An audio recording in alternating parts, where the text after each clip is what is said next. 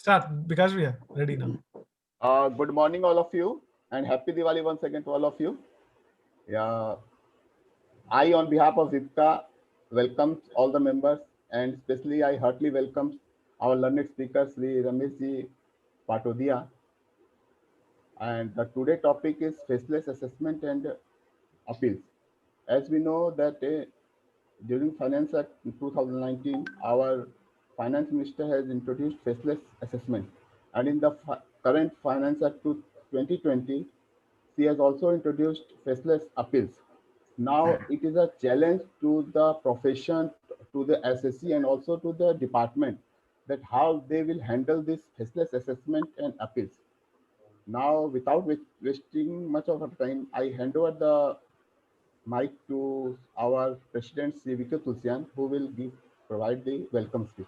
Thank you. Over to Vishnu Vyas. Thank you, Chairman, Study Circle Committee. Now, I, on behalf of myself and on behalf of VIP Road Chartered Accountant Study Circle, the convener, I welcome all of you, and I give my hearty greet heartily to all of you on the belated Happy Diwali. And I welcome most of them also have joined yesterday program where we have celebrated Diwali with food joss. And the topic which is selected today is the faceless. It is really very interesting topic which Vikas just mentioned. And of course, a lot of professionals being who are in practice of the tax practice are facing a lot of things such as 148 का क्या होगा, जो हम लोग appeal में जो paper book जमा करते थे उसको कैसे जमा करना है, इतने बुक्स ऑफ अकाउंट्स हम लोग प्रोड्यूस करते थे उसको कैसे करना है, और ऐसे कई तरह के टीचिंग इश्यूज वगैरह हैं जो कोई हमारे लर्नर स्पीकर रमेश पाटोदिया जी बहुत ही बखूबी से उसको डील करेंगे। और हम रिक्वेस्ट करते हैं कि जो भी हमारे ऑडियंस आज प्रेजेंट है यहाँ पे, they should be interactive by putting their question on the chat box so that our team can take up the question one by one and they can put up before the learner speaker who will, of course, they will handle all the questions very smoothly. And as you all of you know that VIP is having roughly 800 chartered accountant members, and recently in the month of November, we had a extraordinary meeting in which we are becoming the first chartered accountant association who are having the policy of getting new member in our association who are 3 years old as a membership. By this way, we are supporting the youth members, which is unique of this nature. And also started Pakhwara system in which every month, apart from the festival seasons, we select one topics, and that particular topics is being run by the last of the first half month of the that particular month. The such types of things are being has been taken care by the VIP. A lot of things are there, and I request everyone that whatever opinions or suggestions you have with us, please share with me, share with our team. All are very dedicated for to serve all of you. With the small remarks, now I hand over the proceeding to Sandeep Agrawal ji to take up the proceeding ahead and make the necessary announcement, if any. Thank you. Thank you, everyone. Thank you, Vishnu Bhaiya. Ramesh Kumar Patodia ji was born in the year 1964 and graduated from St. Xavier's College, Kolkata in the year 1985 and qualified as a chartered accountant in the year 1986. Immediately after qualifying, he began practicing as a chartered accountant. He was enrolled as a fellow member of the Institute of the Chartered Accountant of India in the year 1991. He has been in continuous practice as a chartered accountant in Calcutta for 34 years and has been practicingly mainly in consultancy and litigation in the field of direct and indirect tax, FEMA, and etc. He advises several multinational corporations and has traveled extensively in India and abroad in connection with his professional services and practices. He is a regular speaker at several professional organizations and is regular contributor to various publications by way of article on professional topics. He has also written several books on professional topics, some being Incentive for Power, Telecom, and Infrastructure sectors, Commentary on Hindu Undivided Family, Complete Guide on to Reassessment under Section 148 of the Income Tax Act 1961, and the last not the least, the Direct Tax Vivad Se Vishwas Act 2000. He is also a trustee of Sri Rani Satiji Mandir Jhunjhunu and Gayatri Foundation Kolkata and joint secretary of Baba Kali Kamliwala Panchayat Kshetra, and also actively participate in several social welfare activities for helping the underprivileged section of the society. Now I will request Mr. Shri Ramesh Kumar Patodia ji to take the deliberation from here. Thank you, Sandeep ji. Thank you, Chairman of the this study circle. Thank you, President Vishnu Tulsian ji, and all my fellow VIP Road Association members and chartered accountants, my good friend Santi Kumar from Delhi. Friends, today's topic for discussion is faceless assessment and faceless appeal. I would say it is one of the path-breaking amendments that has been made in the direct tax I think in everyone's memory. This is a kind of amendment which is done, hardly done, because the benefits of this will be, which I foresee in the years to come. Though there will be teething troubles, no doubt, because any change like this, which seeks to change the entire way in which the act is implemented, of course, there are going to be teething troubles, some of which I have identified, and I will place it before this gathering and invite discussion on that, friends. But it is no doubt a very, very important amendment and an important topic for all of us, for chartered accountants, for the professionals, for SSCs, and everybody who is connected with income tax, friends.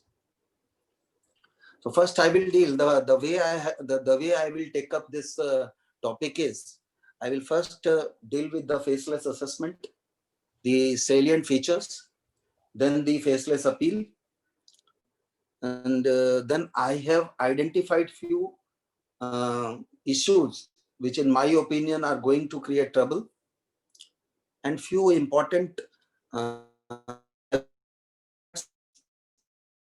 to say, advise everybody while attempting faceless appeal or assessments, and then at the end we can take up all the questions which will be there, friends. So first of all, faceless assessment, friends. The genesis for faceless assessment, I will say, was laid down by the Finance Act of 2018, when subsection 3A, 3B and 3C were inserted in section 143 of the Income Tax Act, friends. That led the genesis of this. And if you see the memorandum or the rationale behind the introduction of these three subsections, the rationale inter alia, I'm reading only one paragraph of that memorandum, which says that it is proposed to prescribe a new scheme for the purpose of making assessments so as to impart greater transparency and accountability. Mind the word, greater transparency and accountability, which was missing till now, because the officers who were making the assessments, they were making the assessments in whatever manner they felt they could. All of you would have felt that even if you cited a decision of the jurisdictional high court, the assessing officer had the audacity to say that I don't agree, even though he is bound by the decision of the jurisdictional high court. Calcutta High Court's decision is bound in throughout the territory of West Bengal. So he could not have said, but he said. So greater transparency and accountability by eliminating the interface between the assessing officer and the assessee. Then optimal utilization of the resources. And lastly, introduction of team-based assessment. Optimal utilization of the resources means that department, like anybody in our organization also we do, that if some resources are unutilized, we are losing. So therefore department is also trying to act in a smart manner Some of the assessing officers are jobless. Some of the assessing officers are overburdened. So therefore, they also want to optimally utilize the manpower resources available with them while making the assessment. And introduction of team-based assessment. So gone are the days when one assessing officer is dealing with you. Here the assessment is being made by a team based throughout the country. You may be assessed in Calcutta, but your assessment is being done in Delhi. You may be based in Delhi, your assessment is being done in Chennai. So this is the rationale which was given while introducing these 3 subsections, friends. I will briefly take you to what was that subsection. That subsection is, first subsection 3A says the central government may make a scheme by notification in the official gazette for the purpose of making assessment of total income or loss. So therefore, by virtue of this amendment, the central government got the power to notify the scheme for assessment. That is all it did. There were other subsections also. I'm not going into all those things, friends. So after this, what happened, friends? In the year 2018, this introduction amendment was introduced. And then, friends, 2019 was the year in which elections were due. And therefore, an interim budget was placed in the month of February 2019, where Honorable Piyush Goyal presented the budget. And in the interim budget which he presented, friends, the FM said that within next 2 years, almost all verification and assessment of returns selected for scrutiny will be done electronically through anonymized back office, manned by tax experts and officials, without any personal interface between taxpayer and tax officers. This was in the budget speech, anonymized back office. What does it mean? When everybody talks about faceless, one should not think that it is anonymous. As far as I am concerned, as far as you are concerned, it may be anonymous. I don't know that who is the person who is working behind the department in issuing the notice to me, in doing the assessment work, in doing the verification work. But they of course know that who they are assessing. So therefore, we should not confuse it that it is an anonymous kind of a scheme. Even if it is anonymous, it is only from my side. They of course know that who is doing what. So they are saying anonymized back office and manned by tax experts and officials, friends. These are important words. That means the department is going to take the help of consultants like us, like you, like every chartered accountant, advocates, or the tax experts in the area of framing the assessment. Gone are the days when only the assessing officer will be the person who will be doing the assessment. All these will be part of the assessment making process, if we go by the speech of the Honorable Finance Minister at that time, friends. And thereafter, friends, on 5th of July 2019, when Honorable Nirmala Sitharamanji presented the budget after the re-election of Honorable Prime Minister Narendra Modi ji, thereafter what happened? Thereafter she again reiterated what has been said earlier. And in pursuance of these efforts, friends, in the month of September 2019, one notification number 61/2019 was issued, which was titled as E-Assessment Scheme.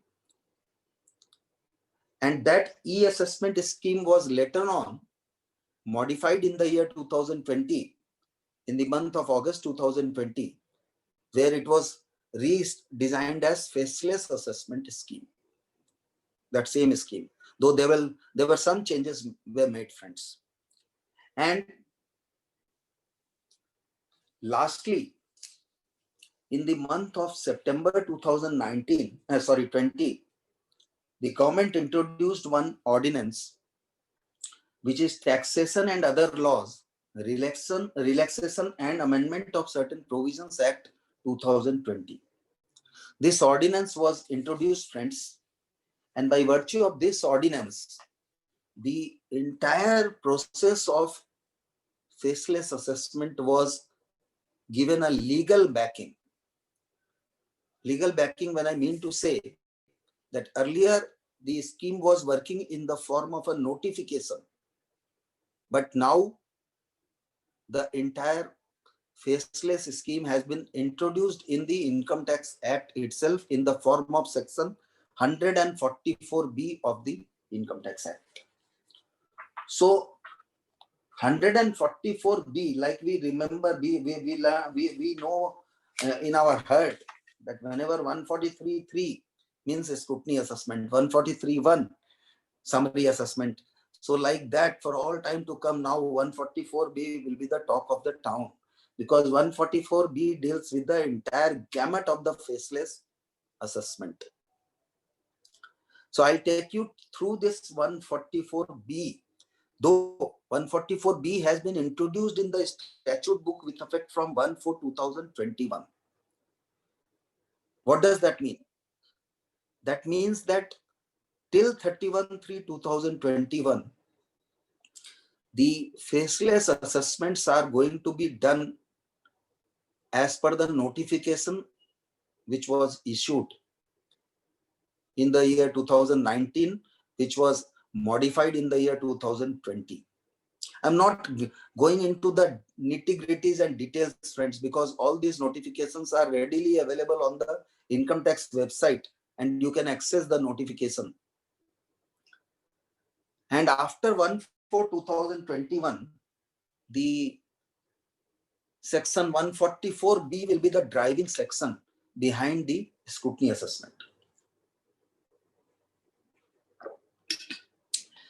So now 144B, I will explain you what it is all about very briefly, touching the salient points, friends. 144B starts with, it says, notwithstanding anything to the contrary contained in the other provisions of this act. Notwithstanding anything to the contrary contained in other provisions of this act. What does that mean? That means that if anything is contained in this Income Tax Act which is contrary to what is written in section 144B, then what is written in 144B will prevail, notwithstanding what is contrary written anywhere else. The assessment under section 143.3 or 144.4, that is ex parte assessment, shall be made in a faceless manner as per the following procedure. So therefore 143.3 assessment and 144 ex parte assessment, and also it is written that what is prescribed in 144B2, 144B2 assessment shall also be made in a faceless manner. What is 144B2? 144B2 says that the faceless assessment under subsection 1 shall be made in respect of such territorial areas or persons or class of persons or income or class of incomes or cases or class of cases as may be specified by the board. So therefore, board reserves the right to decide that in which cases faceless assessments will be made, in which area it will be made. That power is derived in 144B2. So therefore, and now the procedure is prescribed in this section. What is the procedure? The first subsection says the National Faceless Assessment Center. Friends, before I go further, I'll explain, briefly deal with this. National Faceless Assessment Center is one authority, can I say? I doubt it, because they have used the word National Faceless Assessment Center, Regional Faceless Assessment Center. National Faceless Assessment Center is NEAC short form, and RESE, that is Regional Assessment Center.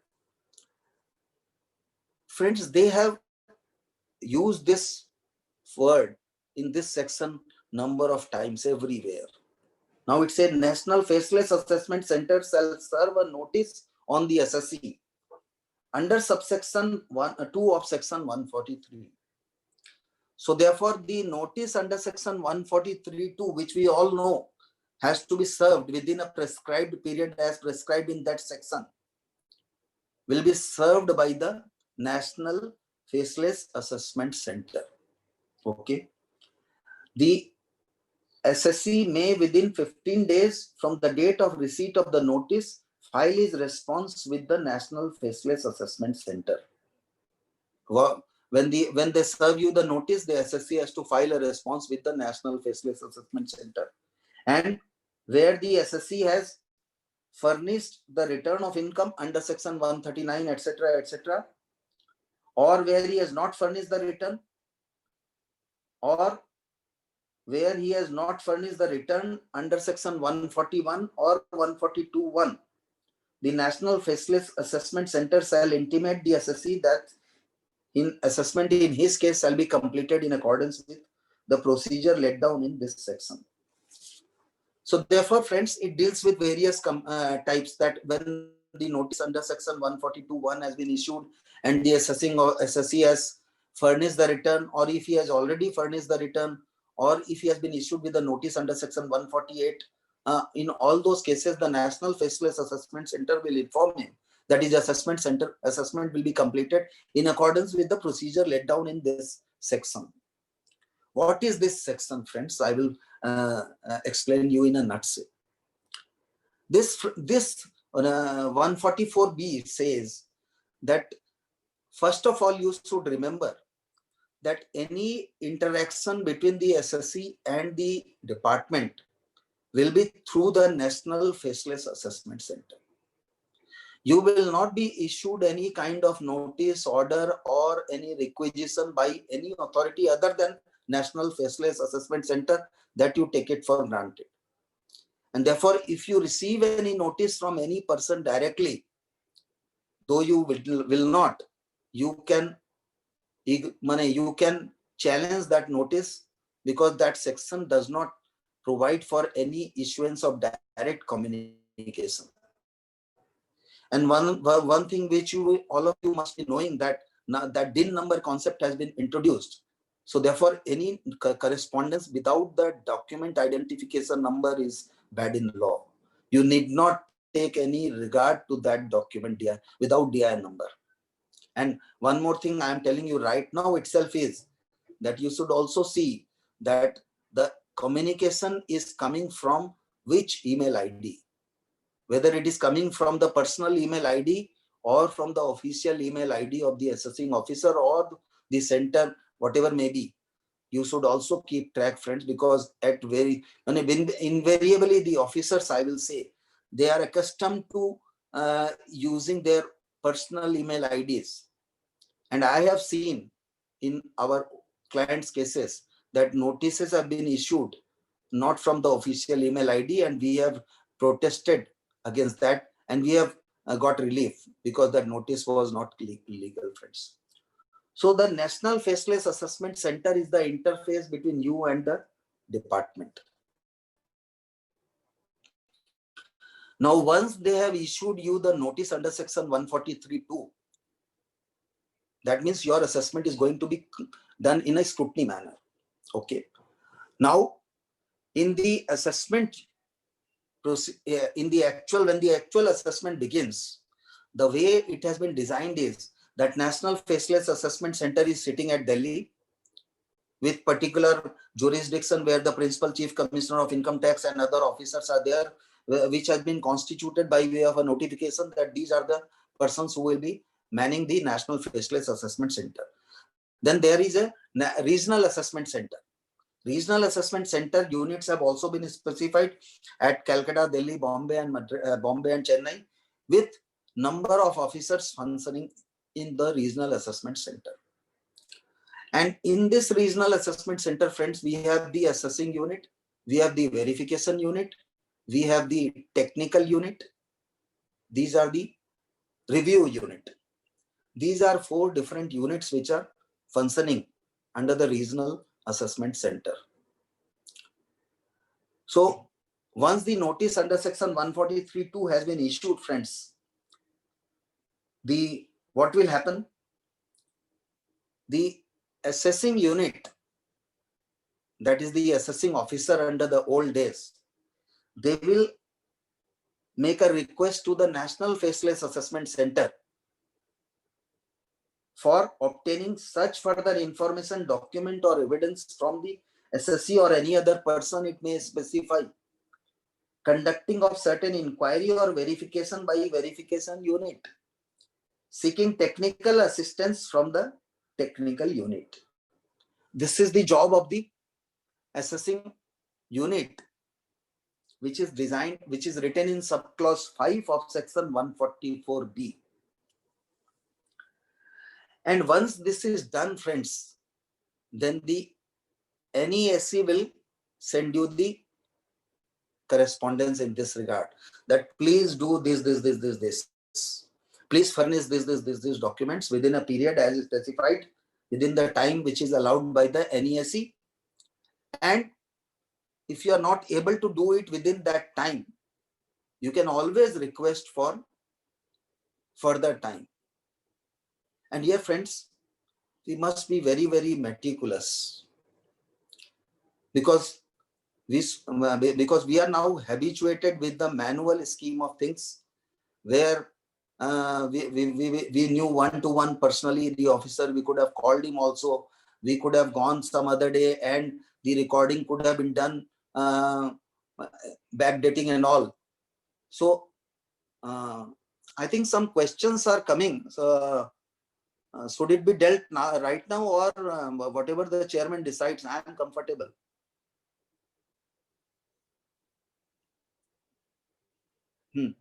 So when the correspondence comes to you for giving the information, document or evidence, then friends, my advice is that you should stick to the points. You should be meticulous while replying. You should not reply more and you should neither reply less. You should be to the point. Whatever has been asked for, you should make sure that you have taken care of each and every point of that letter which has been addressed to you. And if you are not able to give certain details at that point of time, then you can say that I require this much of time in order to submit. These are the reasons for which I require the time. And on the principles of natural justice, the time will of course be granted to you, unless the assessment has been the getting time barred and all, for which department may be at fault. But if the department has to give you a reasonable time, which can be anywhere from 2 weeks to 4 weeks, I think you can seek for filing certain details and information which may have been called for. You have to file those documents electronically on the on the portal of the Income Tax Department. You have to submit, I think.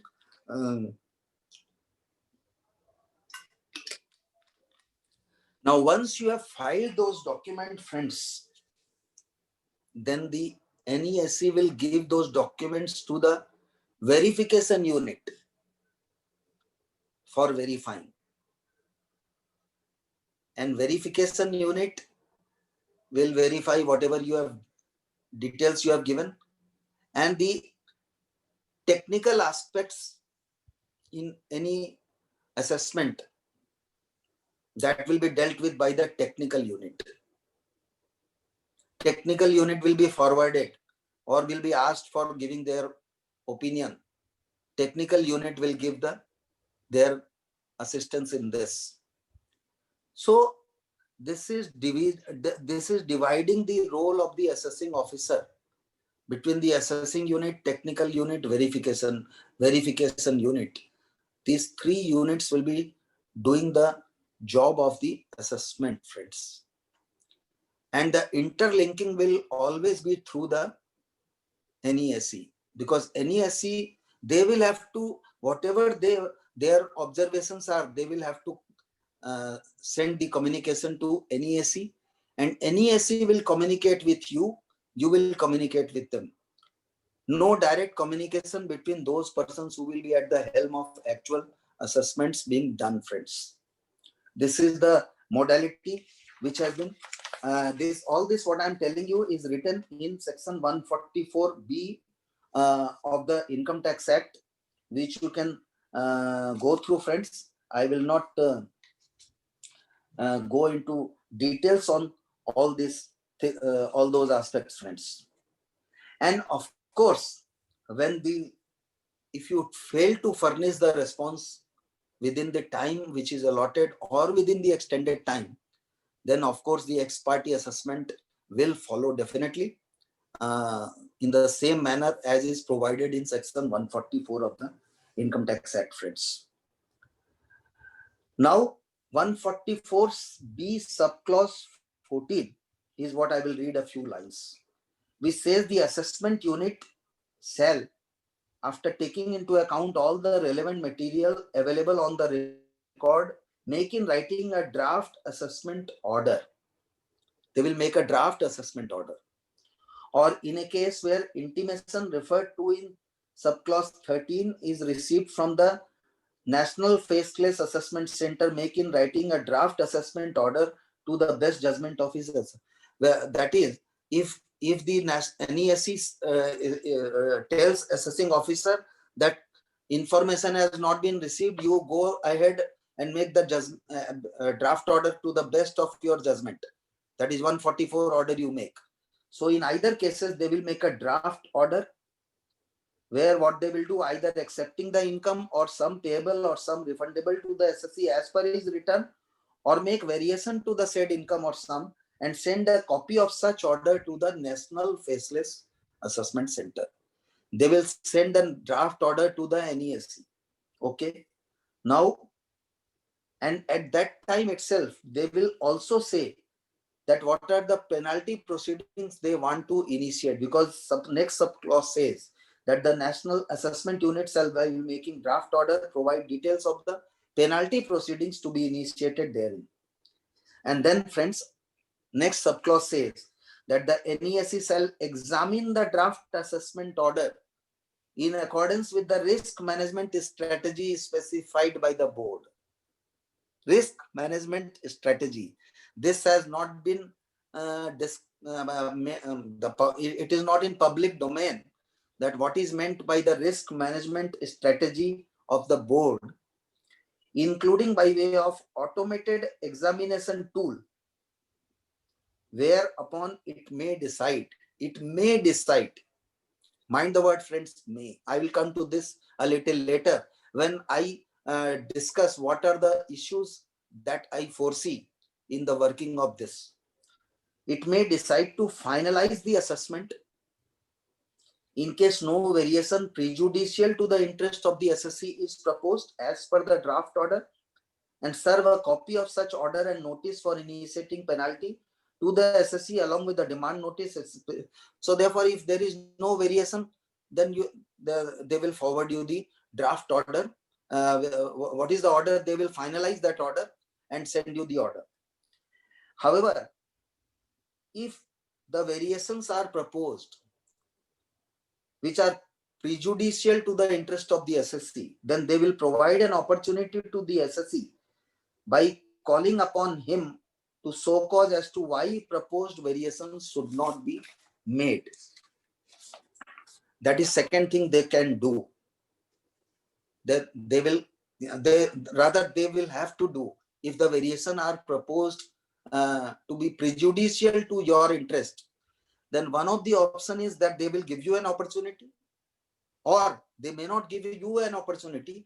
Rather, they will forward this draft order to the review unit for review, for the purpose of review of the variations which has been made by the assessing unit.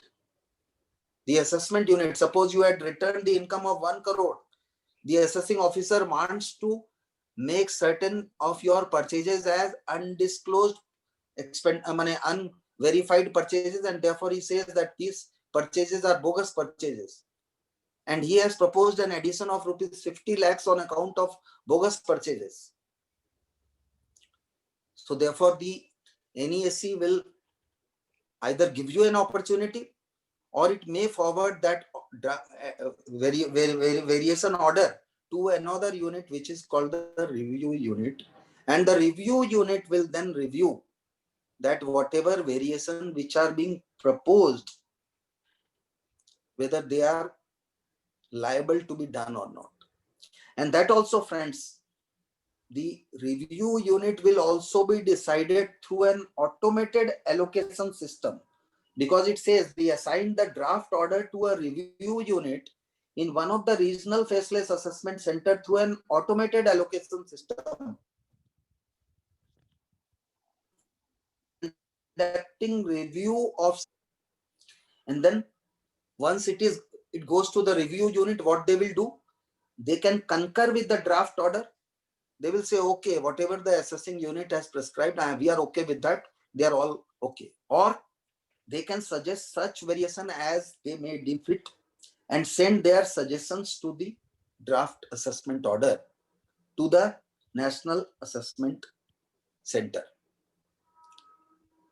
And again, that when the National Assessment Center receives that their recommendation, suppose the review unit may say that we know this addition is not liable to be done. This bogus addition is not, 50 lakhs is not liable to be added, because on the basis of the records which has been given, these are all explained. Or they may say, no, 50 lakhs is not justified on the basis of some decision of any court. This, or they may say, no, 50 lakhs is to be made 1 crore. It is not 50 lakhs. They can do anything. They can make any changes, friends. Basically, it is reviewing the work of one assessing officer by another assessing officer, one can say. And if that is done, the NESC again will go through the entire process, that it will again give you an opportunity of explaining. If it is prejudicial, of course. Suppose if it is not prejudicial to you, then they will finalize. Suppose if the 50 lakhs is made 25 lakhs, then they will go with that and finalize the assessment and send you the order.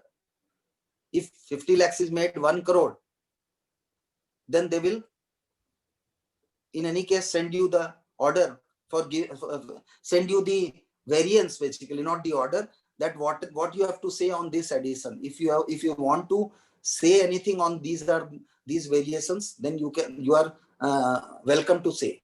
At that point of time, you will have to again rebut that no, this addition is not justified. And friends, then the assessment basically will be finalized in this manner, friends. And one more thing which has been taken care of in this is regarding the assessment of the transfer pricing cases. All of you must be aware that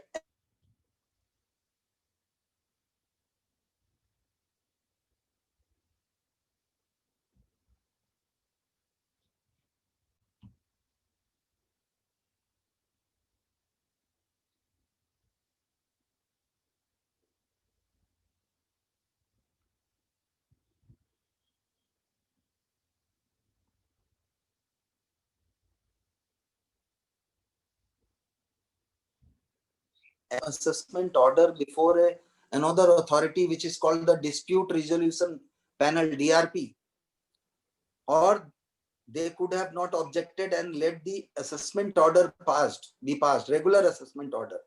And once the regular assessment order is passed, then one can file an appeal in the normal manner against the transfer pricing in the transfer pricing cases also.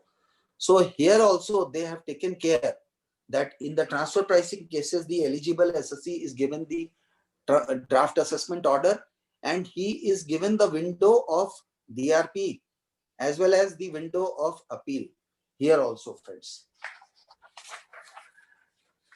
So this is, friends, the manner in which the 144B has been drafted as far as the working of the assessment unit, review unit, technical unit, and the assessment unit, review unit, technical unit, and the verification unit. All those units and the REAC and the NESE will function sitting anywhere in the country. You don't know where they are sitting, which office they are sitting. Calcutta's assessment, Bombay's assessment. So all this is the scheme of in which the assessment will be working.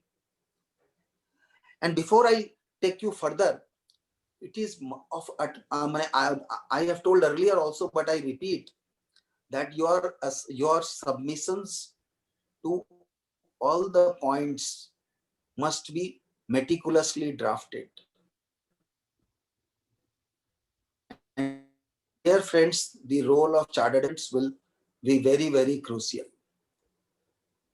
The whatever observations have been made, point-wise reply to all the issues must be given with evidences in the form of whatever evidences which are possible to be given. If you are able to give evidence, you can attach the evidence with the submission.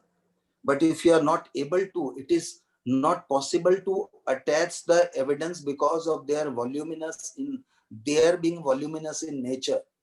Then you can specify that this is the reason I am not giving the evidence, and I am willing to give the evidence provided I am given the opportunity of giving those evidences in the manner as may be desired. I can give either a pen drive or a soft copy, or in any other manner you want. I am willing to give you that evidence, the oral evidence I am willing to give you. I am giving to be personally present. I should make myself and let the department tell you that, okay, we want you to give in this manner. That will be better, friends. And if I am not giving on any point, I must I must give clearly that I will give it later on. I cannot say, gone are the days of luxury when we used to when we used to not to give or reply on certain points, that in any case we will be getting a second opportunity at the time of finalization. No, we should not do anything of that sort, friends. Now, friends, one important subsection 5 of this section 144B I will deal with. 144B 5 says all communication among the assessment unit, review unit, verification or technical unit, or with the SSC or any other person with respect to information or document or evidence or any other details as may be necessary for the purpose of making a faceless assessment shall be through the National Assessment Center. That is all communication through NESE. And next subsection also very important. All communication between NESE and the SSC or his AR or any other person shall be exchanged exclusively by electronic mode. Exclusively by electronic mode. And all internal communication shall be exchanged exclusively by electronic mode. Most important. Not only communication between you and the NESE, but internal communication also will be electronic mode. It will not be the old system no longer, where the order sheet, assessing officer writes the order sheet and seeks the permission of NESE, and NESE goes the file, NESE will permit. No, all those things, no. The assessing officer will write electronically and NESE will give permission or whatever may be assignment to any unit will be all electronic mode of communication, friends, real-time communication. And the beauty of this mode of communication will be that it cannot be antedated, backdated, forward dated, or signed, unsigned, because everything will be captured in the electronic mode. It will be open for review by courts of law. The court of law can call for the date and time of communication, what was the communication, what led the decision. So therefore, it is not in one's hand, friends, to do any kind of things which had been so far prevailing to the detriment of the assessing officer as well as assessees. So this most subsection 6, friends, one of the most important section, 144B subsection 6. However, they have kept one proviso.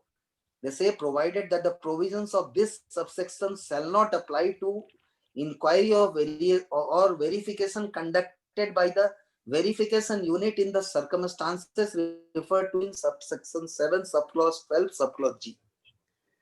So therefore, they have kept certain exceptions that in some cases of verification, the communication may not be in electronic mode. Though that circumstances, what are those circumstances, have not yet been specified in the section. That will be later on, maybe it will be specified as and when it progresses. But they have kept, maybe in more serious cases, or don't know in what kind of cases they will try to have the offline communication, friends. And friends, one more thing, the NESE can also at any point of time transfer the case to the jurisdictional officer with the permission of the Central Board of Direct Taxes. That also they have kept the provision. So therefore, maybe in some cases, some big cases or whatever, maybe the NESE feels that no, this electronic mode is not to be done. They will transfer to the jurisdictional officer who will perform the role of the assessing officer as usual under section 143.3, the earlier, friends. Now, friends, subsection 7 again is important. Subsection says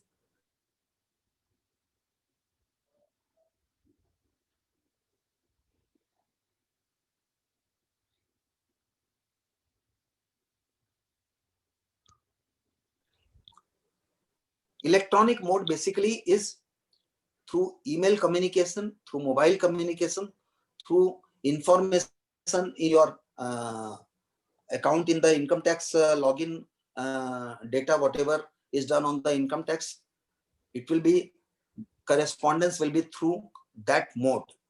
And they have said one thing, that it will be followed by a real-time alert. Because you see, friends, one of the things which has been faced, the problem which is being faced by the SSCs and the chartered accountants who are not very tech savvy. We have very senior chartered accountants who are not yet conversant with the information technology. They are not conversant with the mobile usage of the website. And in that case, friends, they may not be checking their emails also regularly. So therefore, how, even if the email has come, what does it mean? Email, I have not seen the email. I am not checking the email regularly. I check the email once in a day or once in a week, whatever may be. So when I read this subsection 7, friends, this says followed by a real-time alert.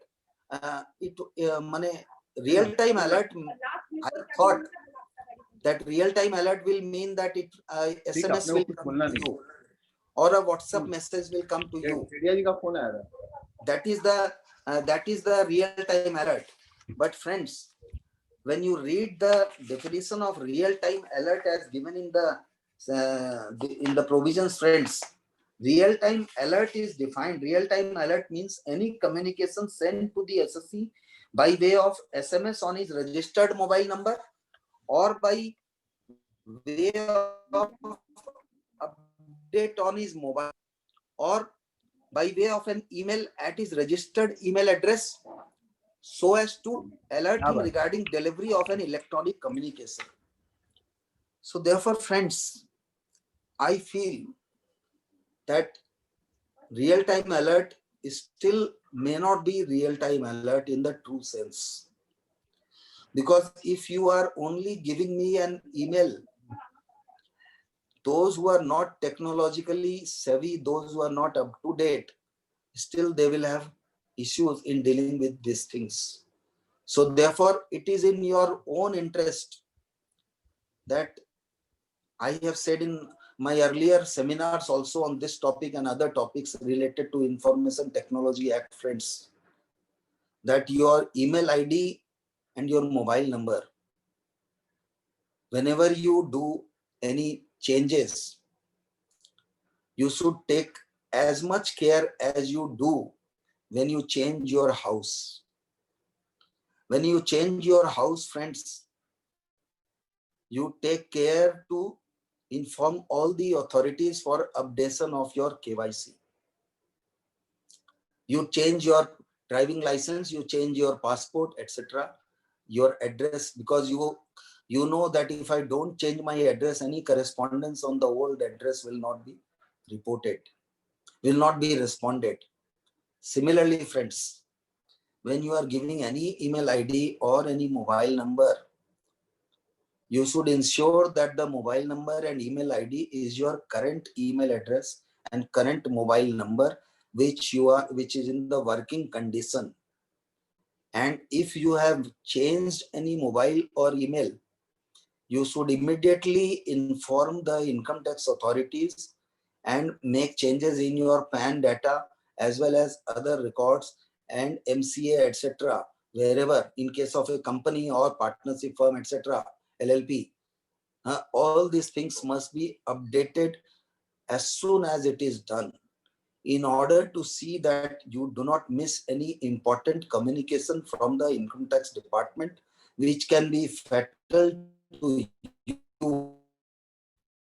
Because I have seen in the cases related to it was related to Maharashtra, but I don't remember the citation, where the court said that no, it was uploaded on the web site and an email was also sent to you.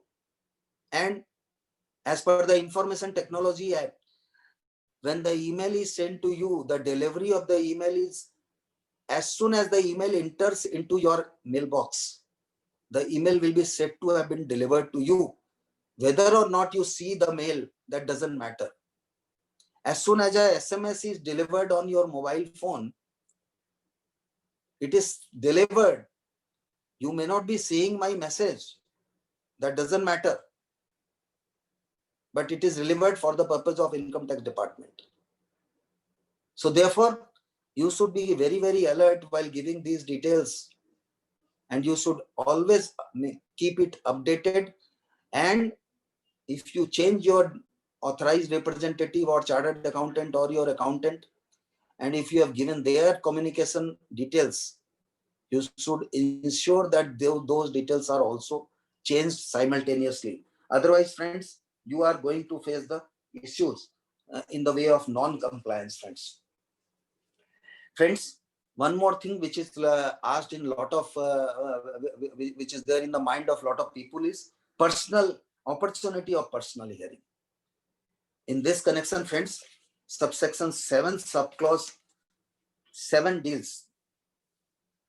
What does it say? It says in a case where a variation is proposed in the draft order or the final draft order or the revised draft order, and an opportunity is provided to the SSC by serving a notice calling upon him to show cause, why the SSC or his authorized representative may request for personal hearing so as to make his oral submission or present his case before the income tax authority in any unit. Present his case before income tax authority in any unit. Here I will again, friends, place emphasis on income tax authority. Here they have said the word income tax authority. Here they have not said the word assessing unit. Present is case before the assessing unit, verification unit, review unit. Here they are not saying that. Here they have come to the word income tax authority in any unit. And next subsection is again important. That what does it say? It says the chief commissioner or director general in charge of the regional faceless assessment center under which the concerned unit is set up may approve the request for personal hearing if he is of the opinion that request is covered by circumstances referred to in subclause H. Therefore, when you request for personal hearing, it is up to the chief commissioner to accede to your request, and that too in circumstances which are given in subclause H, which has not yet been specified. So they are going to specify that these are the cases in which we will grant a personal hearing. Okay. And how the personal hearing will be done? Personal hearing will be through video conferencing, or like WebEx platform or Zoom platform or these kind of platform. The personal hearing now, which is being done by courts. Gujarat High Court, you must be knowing, has done. The Gujarat High Court cases are now live on YouTube. You can see the live proceedings on YouTube. So these are the platforms which will be set up by the government and on which the personal hearing will be done. However, one may say that I don't use Zoom.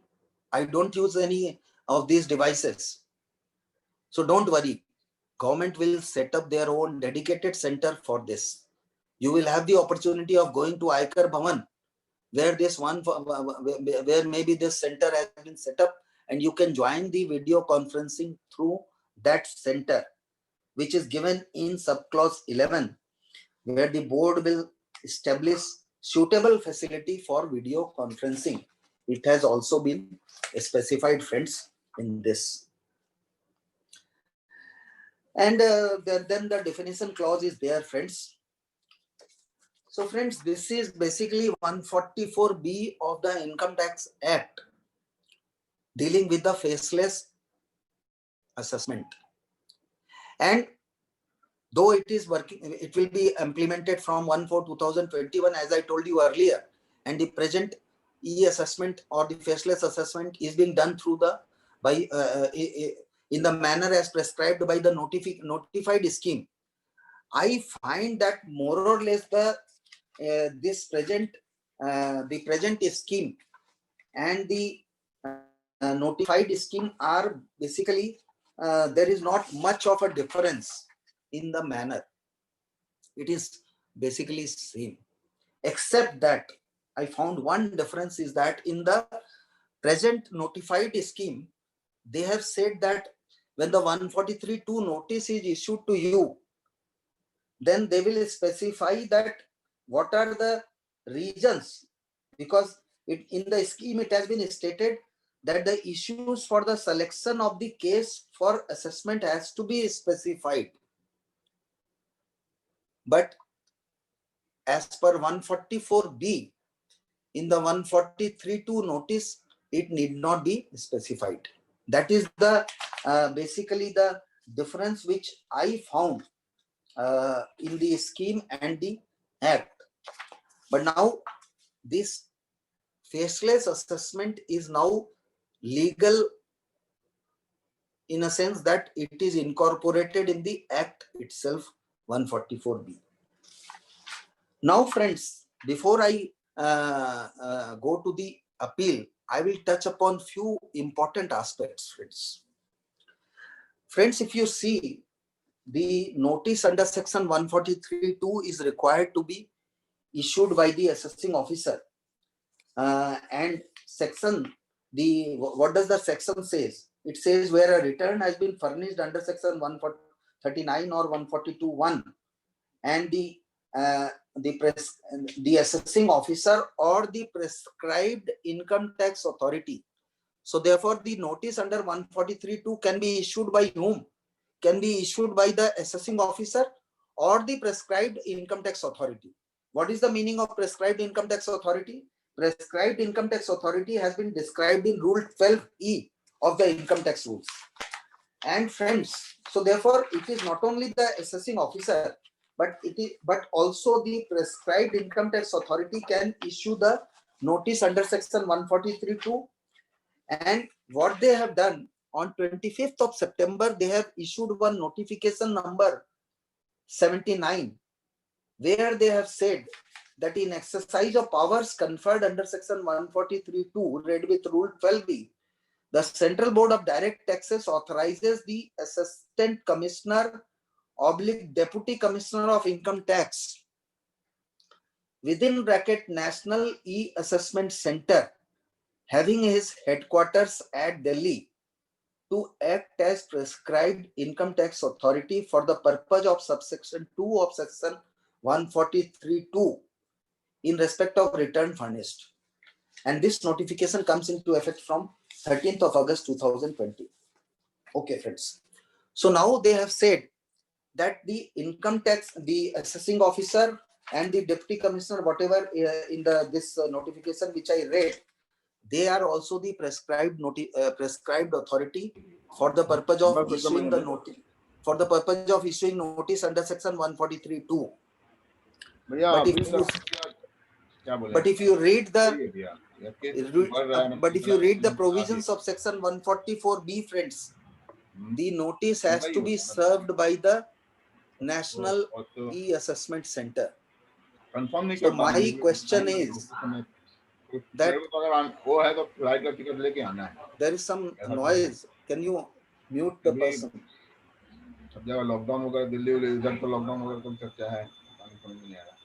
Can you please mute this person? Excuse me. Yes.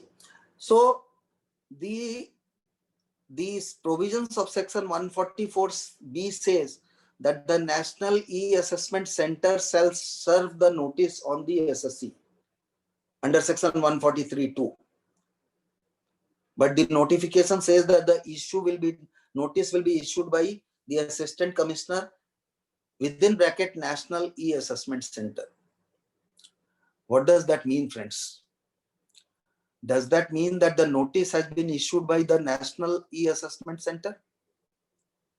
Or it has only been served by the E-Assessment Center, but it has been issued by the different person? Because issue and service, these though has been used interchangeably, but it can mean different things also. That the person who has issued the notice is different, but the person who is serving the notice is different. There are court cases where the Supreme Court has taken cognizance of this. Though Supreme Court has said that these words are used interchangeably. In section 148, you see the word is issue the notice. In 143(2), it is a mandatory to issue the notice within the time. The service of notice is important within the due date in order to frame a valid assessment, whereas in 148, service is not important. The issuance of notice is only important. Courts have held. So friends, here, and one more, what I find is that National E-Assessment Center, the Regional E-Assessment Center, they have not been made income tax authority. Because if you see the definition of income tax authority as is given in section 116 of the Income Tax Act, section 116 defines who is income tax authority. And income tax authority is Central Board of Direct Taxes, the principal director, there is a long list of officers, including income tax inspectors, who are the income tax authorities. But the National E-Assessment Center, Regional E-Assessment Center, the assessing unit, the verification unit, the technical unit, they are not the income tax authorities as yet. So therefore, when you say that the National E-Assessment Center will serve the notice,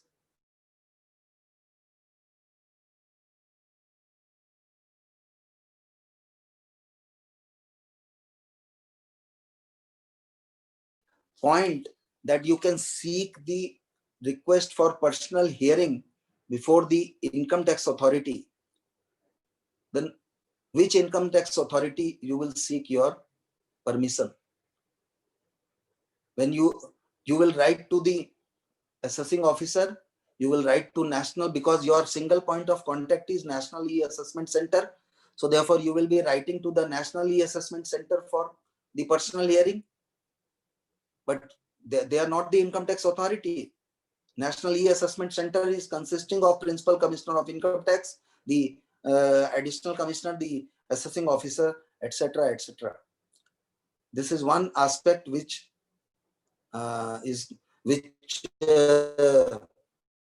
needs to be clarified, on which point there may be some disputes. Secondly, friends, insofar as the personal hearing is concerned, where the Chief Commissioner of Income Tax will decide that whether or not the personal hearing is to be granted. And suppose in case you have not been granted personal hearing, but nothing untoward has been done to you, in spite of the fact that you have not been granted personal hearing, if no addition has been made, then you can have no grievance of not having been granted. But in case you have been, if your addition is being made without giving you an opportunity of personal hearing which you wanted, then you can have one ground to say that I could have explained it in a better manner. That is one aspect. Moreover, the important aspect is, friends, I have also said earlier in my earlier seminars that 119 of the Income Tax Act, which deals with the instructions to subordinate authorities, and this deals with the where the Central Board of Direct Taxes subordinate authorities. And in this, there are two exceptions, which are that the Central Board of Direct Taxes cannot give any direction to any income tax authority to make a particular assessment or to dispose of a particular case in a particular manner. And secondly, it cannot interfere with the directions with the discretion of the Commissioner Appeals also in the manner of deciding appeals, because both these are adjudicating authority as per the law, and they derive their power from the act itself of assessment. Even Central Board of Direct Taxes, which is the highest authority as far as administration of the Income Tax Act is concerned, they do not have any power to interfere in the manner of their working. If that be the case, then how the National E-Assessment Center or the Regional E-Assessment Center, which is not an income tax authority, will be the they will be the people who will be calling the shots. They will be deciding, because I am the assessing officer. I wanted to make one addition, but that addition has not been made, or the addition has been varied. I wanted to add 50 lakhs, but it has been made 25 lakhs. Another assessing officer has made the addition, or he has approved only 25 lakhs to be done. And ultimately, friends, at the end of the day, if you read the provisions of 144B, you will see that even at the end of the day, it is the National E-Assessment Center which will decide whether the order is to be issued or not. So they have the final say. In such a situation, can it be said that can one not say that independence of the assessing officer has been compromised? And if you are filing an appeal against such an order, you are aggrieved. You are aggrieved by the action of which authority? You are aggrieved by the action of the assessing unit, or the review unit, or the National E-Assessment Center. Who is the respondent in your case? Are all of them or one of them? All these things are going to create working trouble, friends. But one more thing, one important point, 136, section 136 of the Income Tax Act. 136 of the Income Tax Act says that proceedings before income tax authorities to be judicial proceedings.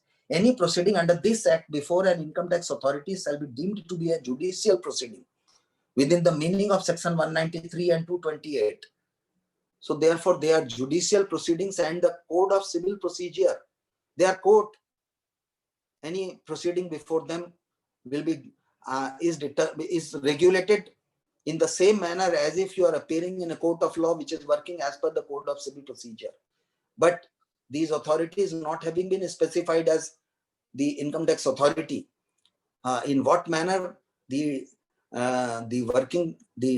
trouble that will, the challenges which will come will of course remain to be seen, friends. This is the faceless assessment, friends. Now I will come to the faceless appeals. And faceless appeals also, friends, faceless appeal and is not yet achieved its legal form in the same manner in which the income tax faceless assessment is being done. Because 144B has been put in place in the law book, but as far as faceless appeal is concerned, it is still being regulated by the notification, the faceless appeal scheme, which has been notified, friends, by virtue of the power which was taken by the central government by amendment in section 250 of the Income Tax Act. Section 250 of the Income Tax Act was amended in the Finance Act of 2020, where subsection 6B, 6C and 6D were introduced in the provisions of this act, section 250. And there also they have used the same word as I told you at the beginning, to impart greater efficiency, transparency and accountability by eliminating interface between commissioner appeals and the appellant, and optimum utilization, etc., etc. Section 6B, 6C and 6D has been enacted, and by virtue of those sections, friends, the faceless appeal scheme has been enacted by the central government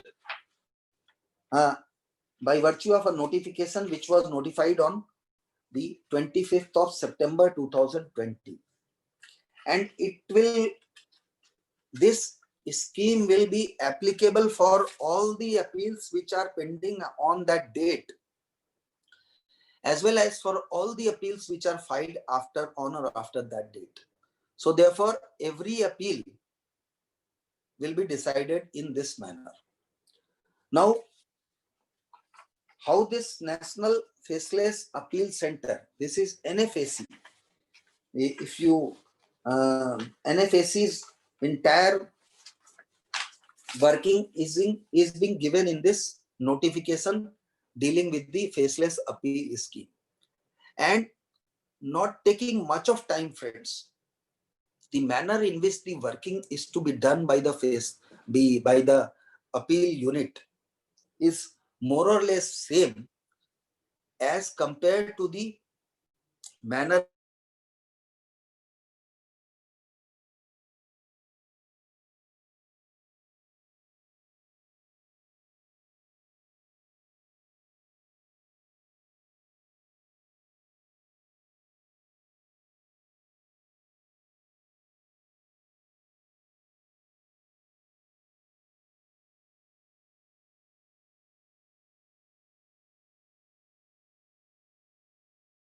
appeal center, and be it the admission of the appeal, because the scheme first of all itself starts that if you have filed the appeal not within the due date of filing of it, then you have to request for condonation of delay. And the condonation of delay, the power has been given to the appeal unit. It will either accept the condonation or it will reject. However, they will give their intimation regarding acceptance or rejection to the National Faceless Assessment Center. And National Faceless Assessment Center will then inform you that your appeal is admitted or not admitted. And again, regarding the admission of the additional grounds of appeal, which you may have filed, or additional evidence which you file, which are governed by Rule 46, all of us know. All those have been taken care of here also. That you file your application for additional grounds, you file your application for placing additional evidence on records, but through the National Faceless Appeal Center, and the Appeal Center will give the same to the appeal unit, and the appeal unit will then decide. Those things they have taken care. So what are the changes, friends? I'll tell you. Once the appeal order is, after all this, when the appeal order is passed, friends, I will come to subclause 19 of this scheme, where prior to that, subclause 18, the appeal unit shall, after taking into account all relevant material available on record, including the response filed by the appellant as the case may be, or report furnished by National E-Assessment Center or the assessing officer, after considering any matter arising out of the proceeding, prepare in writing a draft order in accordance with the provisions of section 251 and send such order to the National Faceless Appeal Center along with the details of penalty proceedings to be initiated therein. So the appeal unit will do this. They will forward the draft appeal order with the details of penalty proceedings, etc. Next subsection, the National Faceless Appeal Center shall appear upon receipt of the draft order.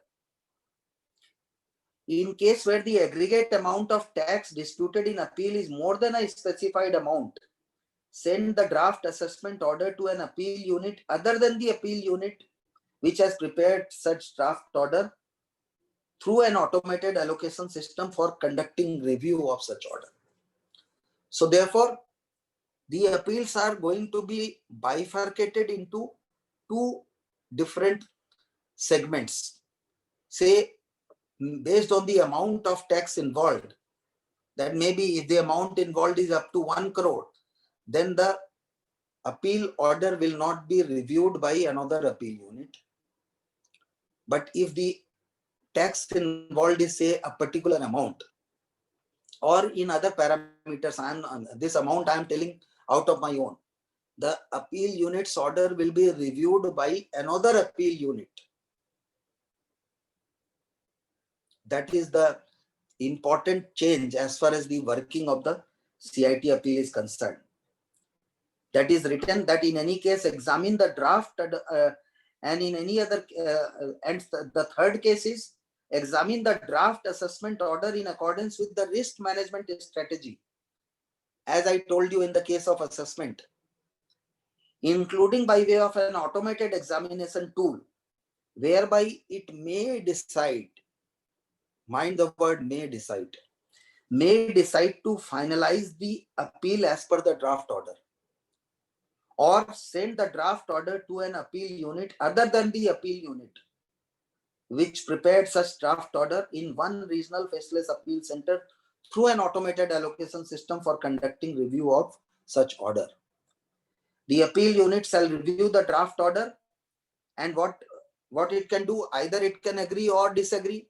If it agrees, well and good. If it doesn't agree, then it will send its suggestion to the National Faceless Appeal Center, and the National Faceless Appeal Center, upon receiving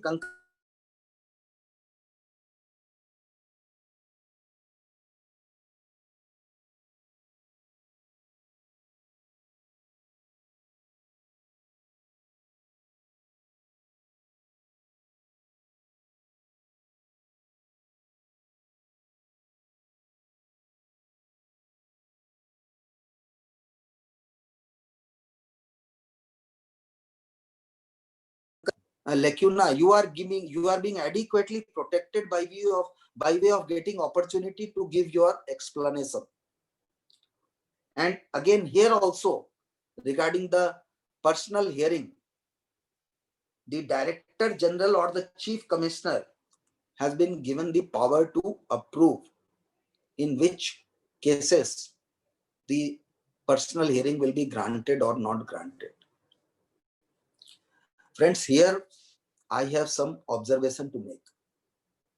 Again, the legality of this thing, that when one CIT appeal has already done his work, the National Faceless Assessment Center, Faceless Appeal Center will be the authority which will call the shots, which will decide what is to be done. Therefore, can it be said that you have not interfered with the working of the Commissioner Appeals, which is the mandate given in section 119. 119 is still there in the law books. 119 and when they say that notwithstanding anything contained to the contrary, that is written in section 144B. As far as section 251 dealing with Commissioner Appeals is concerned, this is not yet there. 119 has not been overridden. The power of Commissioner Appeal to decide the appeal lies with him. And insofar as National Faceless Appeal Center is interfering with the power given to the Commissioner Appeals, it is interference which is ultra vires, I will say, not in accordance with the scheme of the Act in 119. And moreover, can a Chief Commissioner decide that whether personal hearing is to be granted or not granted? When Chief Commissioner doesn't have that power to do as per the Act itself. These are some of the issues which are going to arise, and which you should raise, friends, when you are confronted with any actual working, when you are actually handling the appeal or the assessment. You should try to bring all these aspects as a part of your legal objections, so that this will be taken care of. These are my thoughts, friends. I will welcome any discussion on these points, but I think, in my opinion, the independence of the authority is getting jeopardized. Though it is a welcome step. Of course, I know that when 4 people are involved, then it means less corruption, less discretion, and when the process goes through filtration of 4 people, so 4 people will have to say something, and the technical unit consisting of consultants and experts. Of course, the department's endeavor would be to minimize the litigation, not to maximize the litigation. However, these legal aspects must be taken care of before proceeding in this, and to make this scheme a foolproof scheme, which is not subject to any kind of challenges, which takes into account the grievances of the assessee as well as the assessing officer. And lastly, friends, Information Technology Act plays a very, very major role in this whole process. The manner in which the notice is served, the manner in which the order is served, the manner in which you make the representation, the manner of keeping records, all things are now not only governed by Income Tax Act, but governed by the Information Technology Act of 2000, as well as the Evidence Act, friends. When you are approaching this whole process, you should be aware not only of the Income Tax Act, but all these acts also. Important as secondary evidence is concerned. When you are submitting the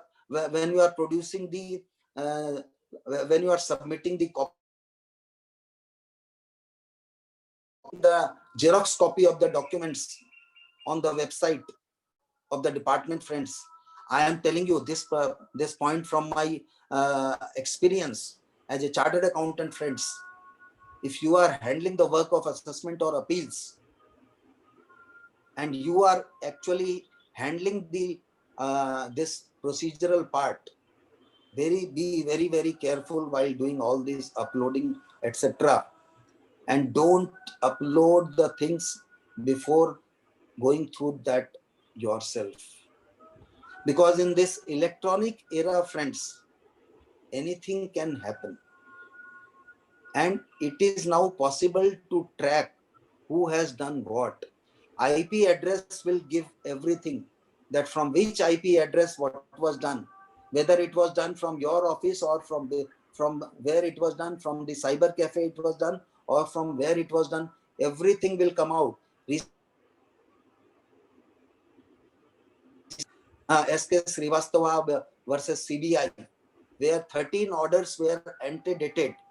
The orders were passed after the officer retired. And if you read the order, it's a very small order, 11-page order. There what happened, the orders were typed by persons who were not accustomed with English. Because CBI took into account the bills which were submitted for typing and all. I think, how did they get?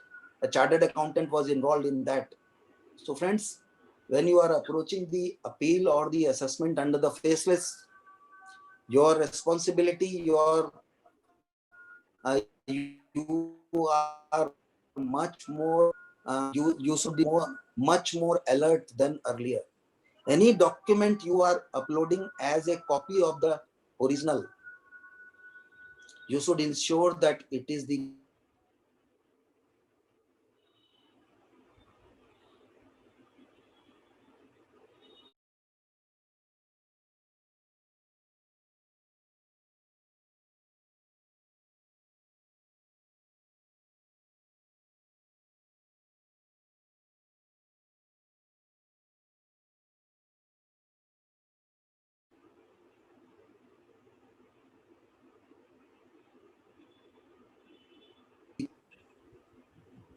not only assessing, or assessee is always at risk if it does anything wrong. But if you unknowingly become part of that, knowingly you should not, but if you unknowingly become part of that, it will be very unfortunate. So you should be very alert while doing anything while approaching faceless assessment and faceless appeal, friends. Information Technology Act is a very small act. You should read it threadbare and try to get hang of it, friends. Thank you. Now I am open to questions. Yeah, thank you, Ramesh ji. Hello. There are certain questions in the chat box. Yes. Yeah. First of all, from Rajendra Baiti, that from which date section 144B has been inserted? 144B has been inserted from 1/4/2021. Yeah, it's effective from 1/4/2021. Yes. Okay. The second question, I had asked a question, sir. What is the role of then regional assessment units, sir? Assessment verification. Regional Assessment Center. Yeah. Regional Assessment Center is the center under which this assessing unit, verification unit, and all these units will be functioning. Means the units of which is distributed. Okay. And the last But one, as I told you that what is the legal sanctity of the Regional Assessment Center or the National Assessment Center, that is not coming out. It is not yet an income tax authority under the Act. okay. Yeah, you have told that. Yes. And Vishnu, hello, Vishnu भैया, या unmute कीजिए आप अपने आप को, question आपका है. Hello.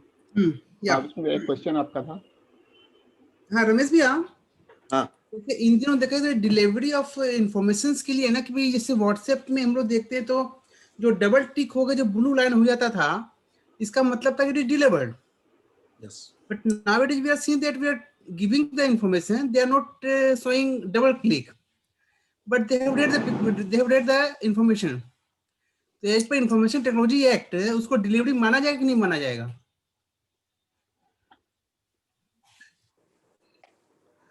You see, I have got your point that the blue tick means that the document has been delivered and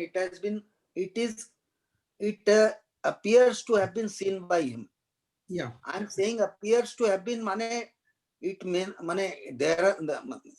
is not necessary that I have seen. And if I have set my privacy setting on my mobile phone to differently, that I don't want blue tick to be there, then that tick will not become blue even if I have seen it. Is it not? Yes, sir. So therefore, simply if the blue tick is not there, I think blue tick has no relevance in the real sense, I will say. Though there are decisions of Bombay High Court and Delhi High Court where the courts have been shown by the department that see my lord, we have sent the notice, and on his my mobile phone, the WhatsApp has blue tick. That means he has seen the notice, and the court has taken cognizance of that blue tick. There are two decisions which I know, but one should in such a situation be very, very careful. As I told you, that if you are not very tech savvy, I know several old aged people who don't know who have mobile phone, who know WhatsApp, everything, but they are not very technologically advanced. And therefore, this real-time alert and all this scheme, they should take care of something so that in case of those SSCs who are not technology friendly, how it is dealt with. But as of now, these kind of difficulties will arise, have arisen, and will arise. Okay, thank you. Yeah. Any more questions? Hello. Okay. I think now I request Rahul One Rungta. question of Rajendra Baheti, have you taken it? Yes, Yes. All right. Okay. Right now I request Rahul Rungta to offer a vote of thanks to our Ramesh Patil. It was a very nice session, sir. Thank you, Bikash Bhaiya. Good morning, good afternoon, everyone. Thank you, Ramesh ji, for taking out time from your busy schedule, that too on a Sunday morning, giving priority to your Vipka family over and above your other family. Thank you very much for that. Somebody wants to ask a question, I think. Yes. Birendra Goyal ji has a question. Unmute kar dijiye. Birendra Goyal ji ka question hai, please. Birendra ji, may I ask the question? Birendra ji, आपको unmute का request है. हाँ, please go ahead. Go ahead, Birendra ji. Ramesh ji नमस्कार. नमस्कार. Sir मेरा question faceless assessment से नहीं है, मेरा सेक्शन 56 से है. क्या मैं पूछ सकता हूँ? वो तो चेयरमैन डिसाइड करेंगे. हाँ सर, पहले देख लीजिए. अगर आप लोग परमिट करें तो मैं अपना क्वेश्चन पुट अप करूँ. सर पूछने वाले बताने वाला रेडी है, तो हमें कोई दिक्कत नहीं है. रमेश जी तो बता ही देंगे. I will try to answer. Sir मेरा क्वेश्चन ऐसा है कि मेरे क्लाइंट है जो लैंड डीलिंग करता है, वो क्या करता है, किसानों से एग्रीमेंट कर लेता है, रिटर्न एग्रीमेंट. कभी उनको कैश में पेमेंट दे देता है, कभी चेक से पेमेंट दे देता है, as per the requirement of the farmers. और उसके बाद में वो मतलब जो एक्चुअल परचेजर्स है उनके साथ में एक एग्रीमेंट करता है. मान लीजिए इसने 1 लाख रुपए में खरीदा, एग्रीमेंट किया और बिक्री करेगा 2 लाख रुपए में, तो ये क्या करेगा, कंफर्मिंग पार्टी बन जाएगा ताकि इनका रजिस्ट्रेशन चार्जेस बच जाए. अब मेरा ये कहना था कि ये जो इसको जो इनकम आएगी, सॉरी, इसने जो एक सर्कल रेट मान लीजिए आज के डेट में 2 लाख रुपया है, लेकिन इसने एग्रीमेंट किया था 1 लाख रुपए का, तो क्या इसके ऊपर 56(2) एप्लीकेबल होगा?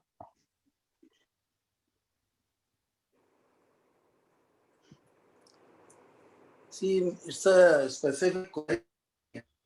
The extent I have understood, I will apply, because when I have purchased for 1 lakh, उस टाइम पे सर्किल रेट क्या था वो चीज देखना होगा. नंबर 1, सर्किल रेट 1 लाख में जब परचेज किया है 2 लाख रुपया था उस टाइम पे.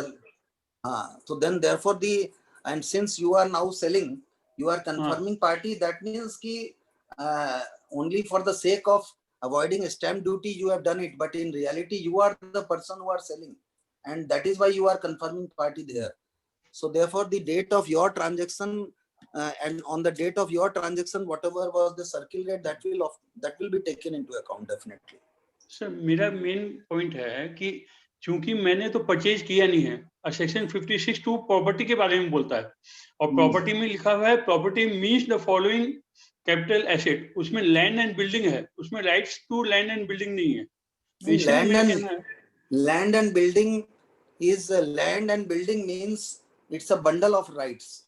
Land includes not only land but the rights associated with land are also included.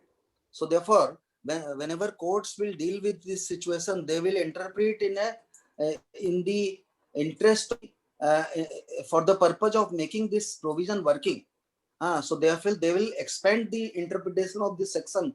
What is the purpose of that this section is trying to achieve? This section is trying to achieve the tax avoidance.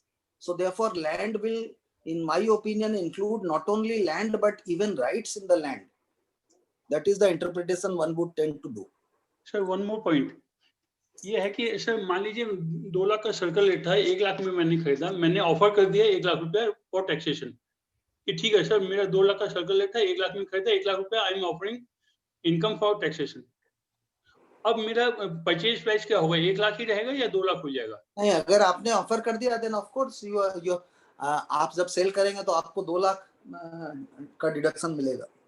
हाँ तो sir इसमें तो फिर offer करना सबसे best है, 56(2) के चक्कर में जाने की जरूरत ही नहीं मेरे को। मेन पर्पस है मेरा तो 1 लाख रुपए इनकम है ही, तो इसलिए मैं 56(2) में नहीं जा करके सीधा सीधे ऑफर फॉर टैक्सेशन कर दे तो मेरे को परचेज प्राइस बढ़ गया।